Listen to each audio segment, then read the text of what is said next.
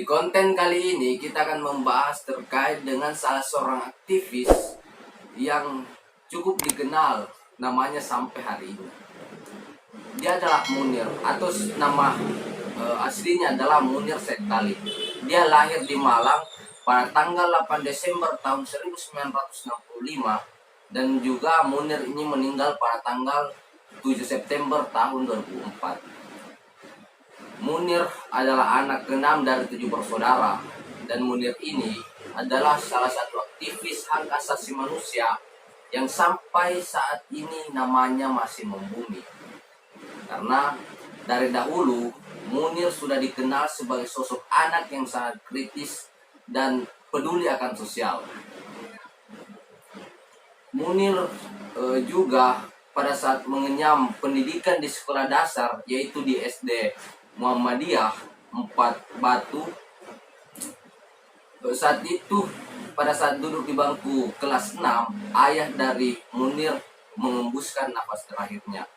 Nah, berlanjut kepada pendidikan Munir di sekolah menengah pertama, yaitu di SMP 1 Batu.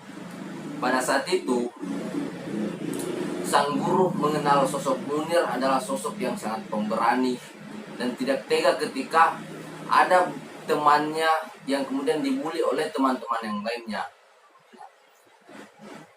Setelah lulus di SMP 1 Batu tersebut, dia kemudian melanjutkan pendidikannya di SMA 1 Kota Batu.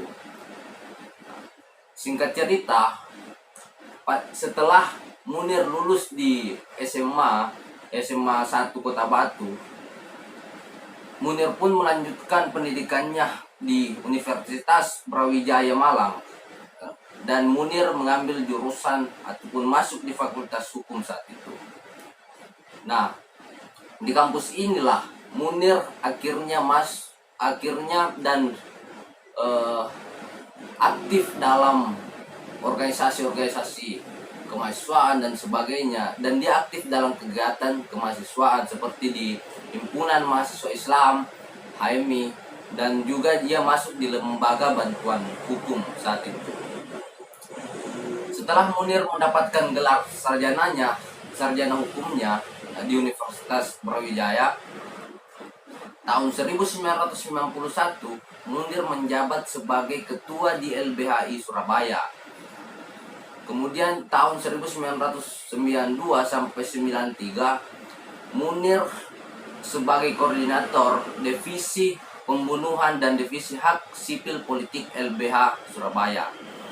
Nah, di tahun 1993 sampai 1995 Munir sebagai kepala bidang operasional LBH Surabaya.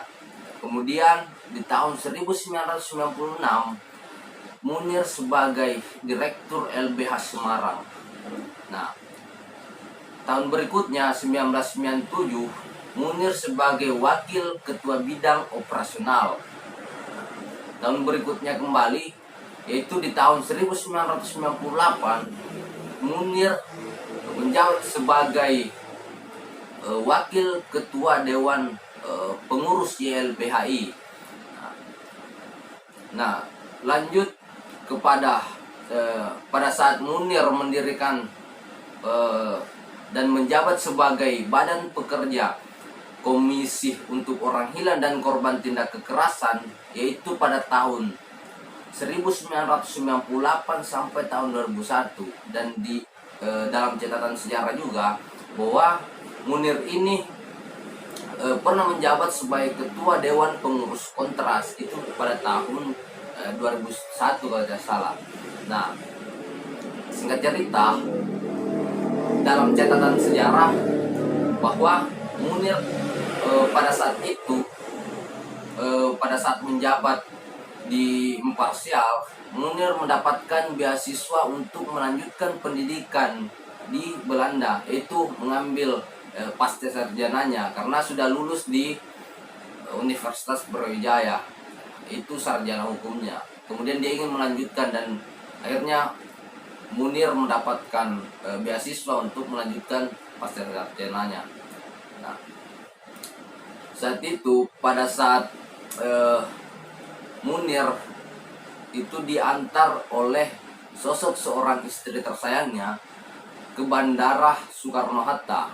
Ya, itu pada tanggal 6 September tahun 2004. Ya, itu menggunakan pesawat Garuda pada saat itu. Nah, pada saat berada di pesawat, Munir mondar-mandir ataupun bolak-balik ke toilet untuk buang air sembari muntah-muntah. Itu pada saat di pesawat. Dan juga kabarnya bahwa Munir ini meninggal di pesawat saat itu, yaitu di wilayah Romania. Karena Munir yang sudah tidak bernyawa lagi atau sudah mengembuskan nafas terakhirnya, mayat Munir pun itu kemudian di autopsi. Dan ternyata alhasil setelah mayat Munir ini diotopsi, ternyata ada sebuah racun arsenik yang melebihi dosis dalam tubuh Munir itu sendiri pada saat setelah dia otopsi. Nah, saat itu aparat kepolisian Republik Indonesia pada saat setelah melakukan penyelidikan, ditangkaplah Policarpus, ya, dan ditetapkan sebagai tersangka. Dan bukan hanya Policarpus itu sendiri, pilot juga ikut terseret sebagai tersangka dalam kasus meninggalnya Munir ini. Itu yang dinyatakan bahwa di dalam tubuh Munir terdapat sebuah racun. Nah, yang dianggap sebagai otak dari pembunuhan yang dirasakan oleh Munir, pembunuhan Munir saat itu adalah Muhdi, ya, atas nama Muhdi, yang dianggap sebagai otak dari pembunuhan.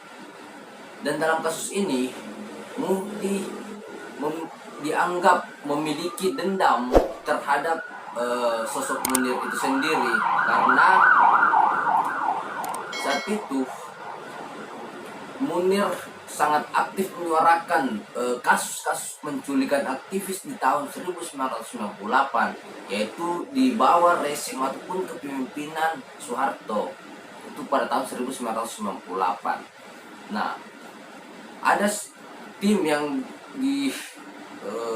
tercatatkan dalam sejarah yang namanya tim Mawar yang kemudian terlibat dalam kasus ini. Nah, makanya Munir kemudian dijustis sebagai orang ataupun dianggap sebagai orang yang kemudian mengganggu ataupun mencoreng karir Muhdi itu sendiri. Dan juga parahnya lagi, Munir dianggap ataupun disebut sebagai aktivis yang mengganggu orang-orang BIN saat itu di zamannya. Nah, ironisnya dan sangat memprihatinkan bahwa kasus Munir sampai pada hari ini itu masih belum menemukan titik terang. Nah, itu adalah rentetan sejarah ataupun rentetan historis secara singkat terkait dengan bagaimana Munir, biografi, dan juga sampai pada Munir mengembuskan nafas terakhirnya. Nah, saksikan konten berikutnya terkait dengan beberapa aktivis-aktivis yang mengalami korban yang sangat tidak mencerminkan sisi yang namanya kemanusiaan.